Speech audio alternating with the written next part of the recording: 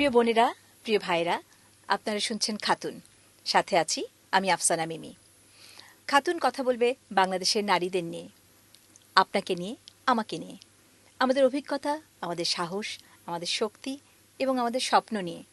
যে কণ্ঠগুলো কখনো শোনা হয় না, যে কথাগুলো কখনো বলা হয় না, সেই সব কথাগুলোই আমরা বলবো খাতুনের সাথে। আর সেই সাথে আরও নানান বিষয়ে আমরা কথা বলবো। এখন একটি কথা আমরা খুব শুনতে পাচ্ছি, সেটা হচ্ছে ফ্যামিলি কার্ড।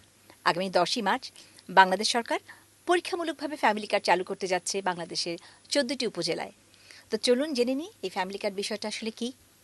এই ফ্যামিলি কার্ড আসলে কী, এই ফ্যামিলি কার্ড কারা পাবেন, এই ফ্যামিলি কার্ড কীভাবে পাওয়া যাবে, কিংবা এই ফ্যামিলি কার্ড নিয়ে আপনি কী কী করতে পারেন, সেই সব কিছু নিয়ে আমরা আজকে কথা বলবো।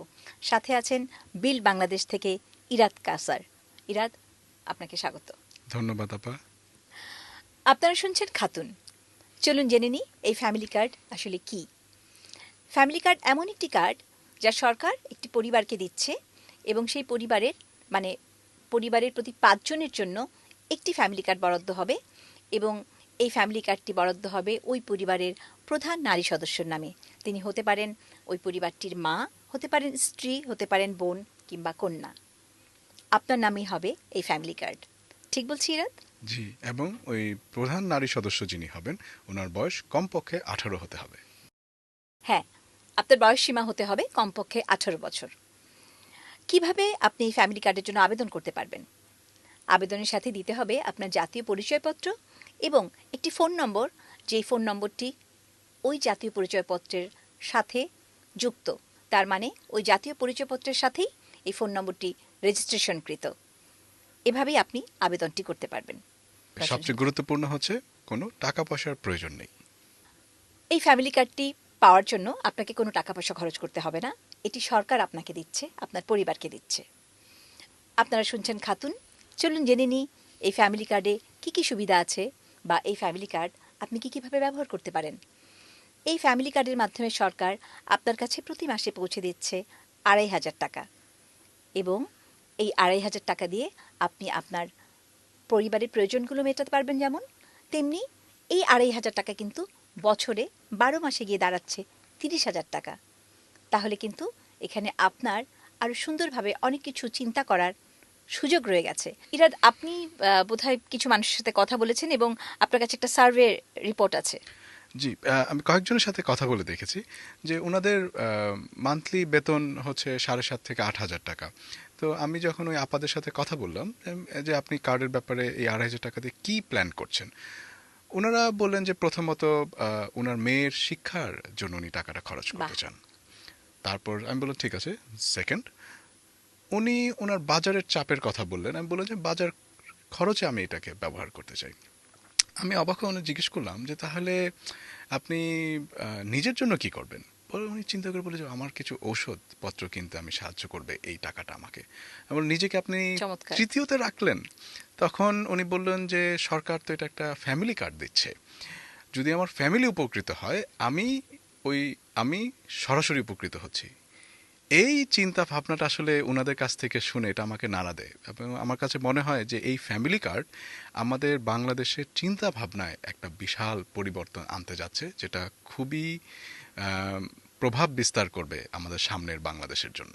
বাহ, দারুণ।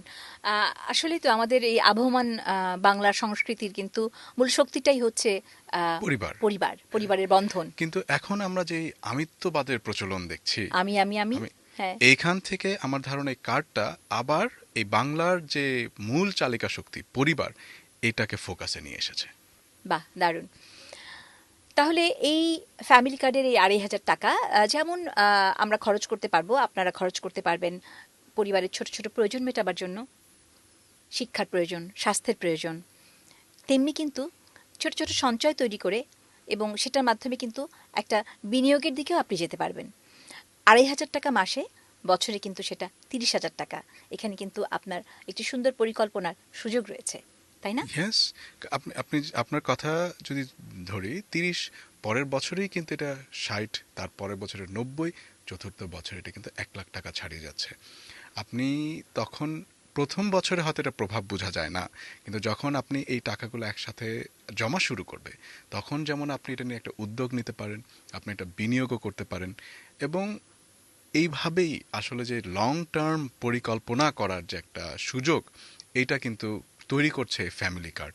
কারণ আমরা দেখেছি যে আমাদের মারা যখন যে ঘরের কাজগুলো করেন, যে ঘরের যে পরিকল্পনা বা সাপোর্টগুলো ওনারা দেন, এটার কিন্তু মূল্যায়ন হয় না।